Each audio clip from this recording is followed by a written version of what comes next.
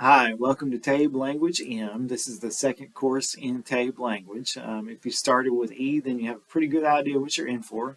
But this also could be where you've asked to start based on testing, and if that's the case, then this will be the very beginning for you. And if you have any questions, of course, don't hesitate to email me, lanewman@southarca.edu, or you can also give me a call here at the center, or you can find my cell phone number here on Canvas. If you do a little bit of digging around, you can find it, and you can also get in touch with me that way during the day. But in these courses, we work through the TABE Score Boost books. This is Language M, so you should have a copy that you have gotten from your intake center that's yours to keep and to write in and to use however you wish. If you have not had a chance to do that yet, you can open scans of the pages here in Canvas. If you just navigate to the course files and then the language M pages, that'll get you to the right place. And we're starting here with the first lesson or strategy 1. So if you'll open that file, if you have digital access, or if you'll open your workbook to page 4, the very beginning, the first lesson. We'll get started with this. And in the language modules, most of the lessons, there will be an instructional video where I'll go through the concepts, and then there will be a separate answers and explanation video where I go over the answers. So in most cases, there are 2 videos to watch per lesson. Unless we get into some of the later lessons and there's not quite as much content, and then sometimes I do both in one video. But early on, expect there to be 2 videos per lesson, a teaching one and then an answers and explanation video. But please do watch that one because there's just as much teaching that happens in that video as the actual teaching instructional video. Okay, we're starting here with strategy 1, following grammar rules. And these usually start with a little bit of a mix or a grab bag of a few different rules. And we have on this one some things about sentence structure, some rules about sentence structure, and we also have some rules about using multiple adjectives to describe the same noun. So we'll dive into it, and then we'll get to a couple more issues in the course of this lesson, and then release you to do the work. Okay, write complete sentences. A complete sentence contains a subject, a noun that the sentence is about. So it could be any common noun, it could be a proper noun, a person's name, an organization's name, a place's name. Could be a pronoun, he, she, they. So a noun or anything that works as a noun can be a subject. And a predicate, a verb that tells about the subject, and the modifiers that may go along with that verb and the objects of the verb. If a sentence is missing a subject or predicate, it's called a fragment or incomplete sentence.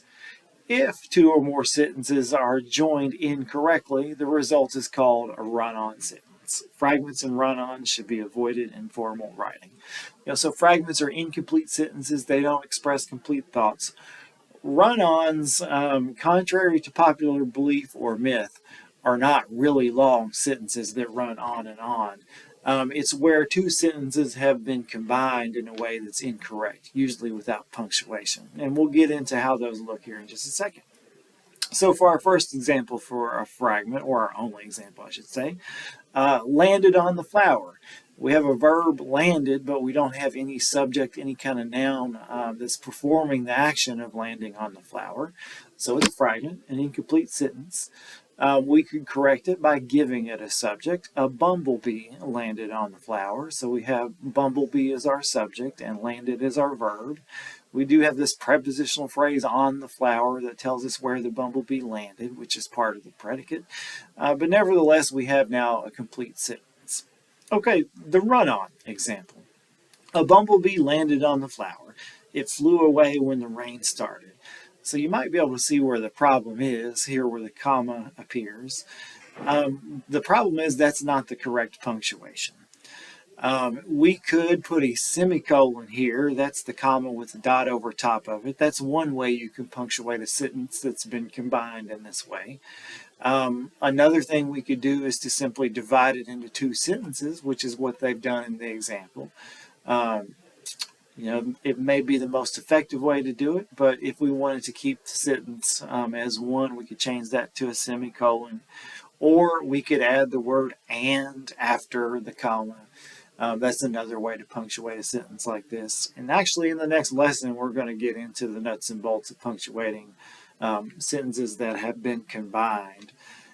So if you're not quite sure what I'm talking about here, then in the next lesson, hopefully it'll be a little bit clarified a bit. So a couple of different incorrect sentences that we need to be aware of for this lesson and throughout the work. It's the fragment either doesn't have a subject or doesn't have a verb linked to the subject, in other words, a predicate, or the run-on sentence where we have combined sentences that may have been complete, but now we've combined them in a way that is incorrect, either without punctuation or with the incorrect punctuation in there.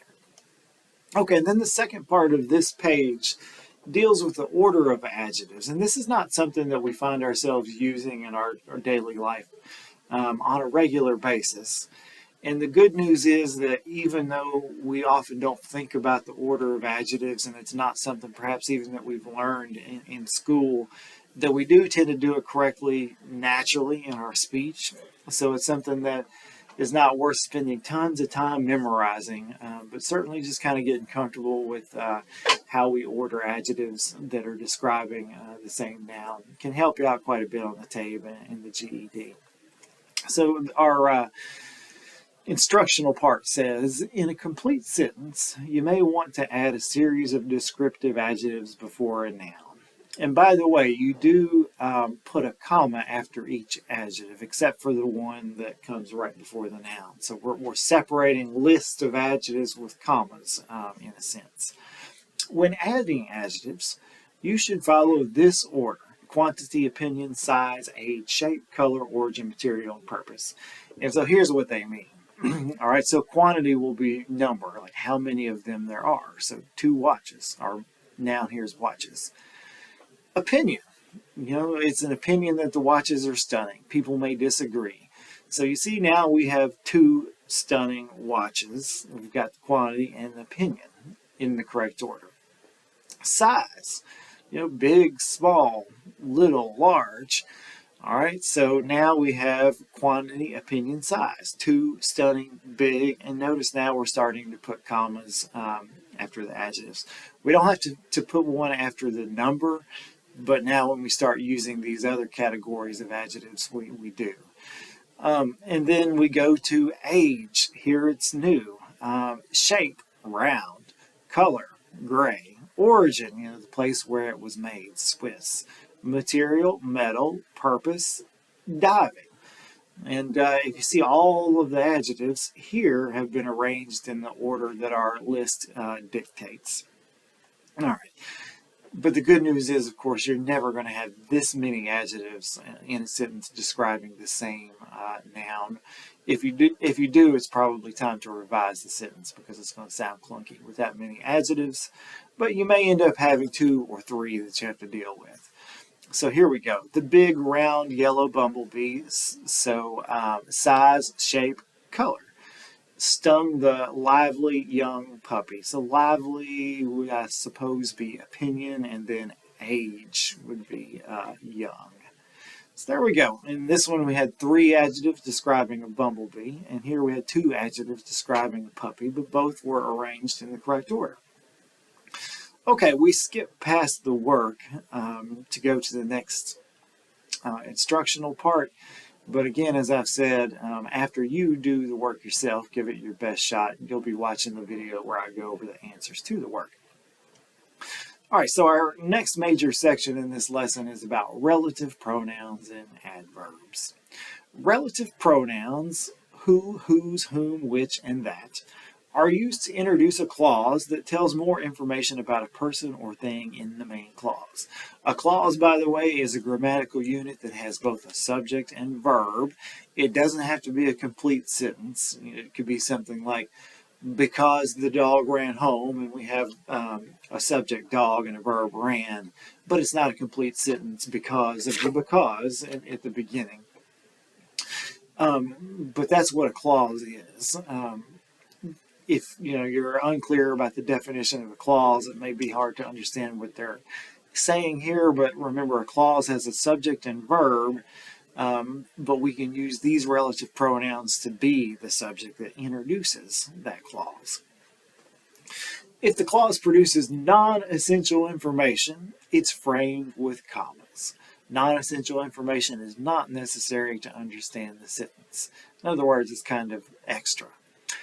If the clause provides essential information to help readers identify which item is being described, no commas are used. So, it's critical to the understanding of the sentence.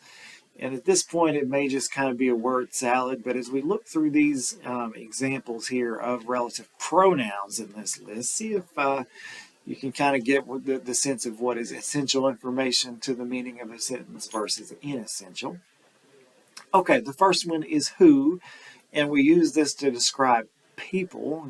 It is a subject pronoun, so we would use it as the subject of a sentence. But check out how it appears in the sentence in the clause itself. All right, my roommate, who gets up early, typically makes breakfast for me. All right, if we were to take that clause out, we would still basically understand the sentence. My roommate typically makes breakfast for me. So this is extra information, which is why it has been surrounded by commas or offset by commas, so to speak. Our relative pronoun who is serving as the subject of that clause. Gets is the verb, so legally it's a clause.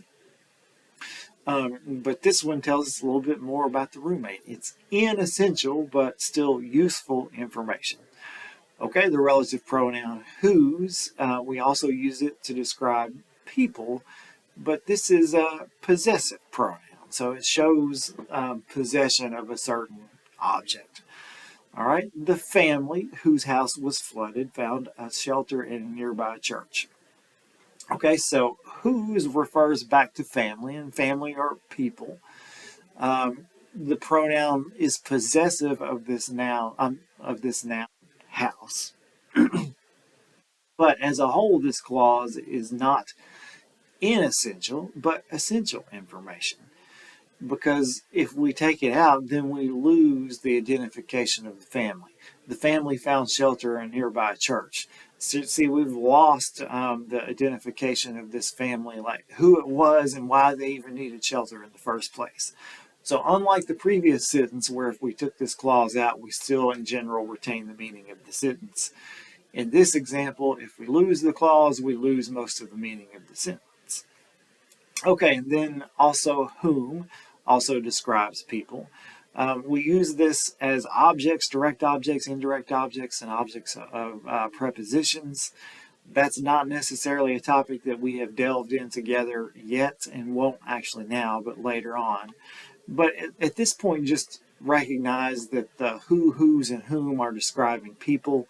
If you're not quite sure about when to use an object pronoun versus a subject pronoun, well, that's because I haven't taught it yet, and you may not remember it from school. May not have even been taught in school. It's a pretty advanced grammar topic. But just note that we will cover that in a little bit more depth as we go forward also. Okay? All right, now we have two more relative pronouns in this list, but these do not describe people, but animals or things. Animals in the world of grammar are considered things. They're not gendered, so to speak.